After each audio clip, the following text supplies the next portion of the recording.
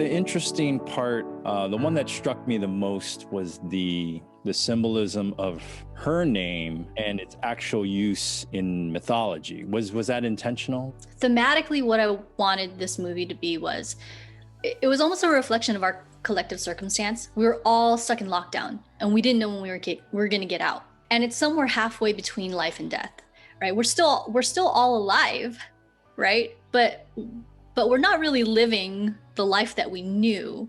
Her circumstance very much mirrors that, and that was very much intentional. What I wanted to do was, I'm like, I need to find a name for this character, and I knew from the start it's got to be the name of the movie.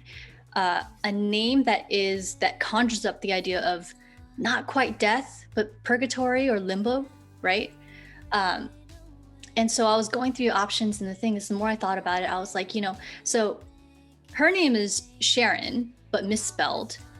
And it's partially explained in the movie, like her mom misspells it, and you assume that she's an immigrant. It's the character that ferries people across the river Styx.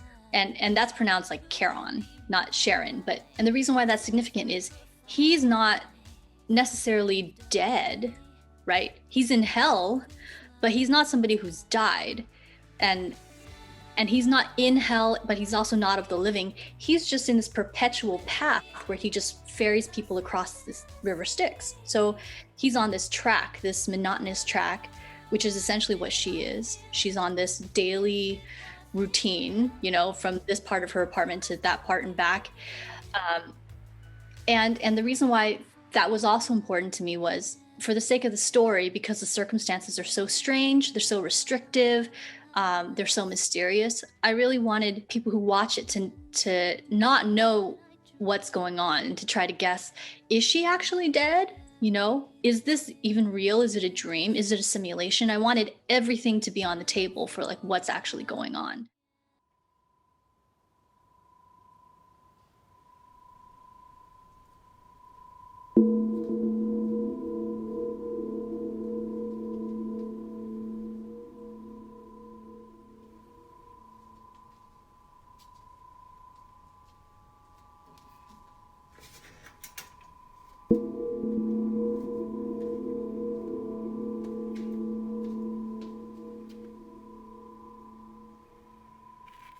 And the other thing about that particular character, Charon, Sharon, her name is the mythological figure, right? Like we have certain things in our culture that we associate with. I mean, like for example, so one of the moons of Pluto is named Charon after this figure.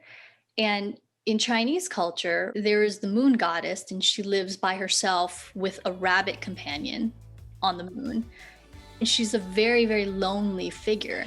Charon almost conjures up images of the moon, and how in Chinese culture, we see the moon goddess as one who's being isolated, right? And the fact that I have rabbits in this apartment kind of just made it perfect. It started with her name, and then it guided where I wanted the story to go and what I wanted every scene to kind of like make you feel.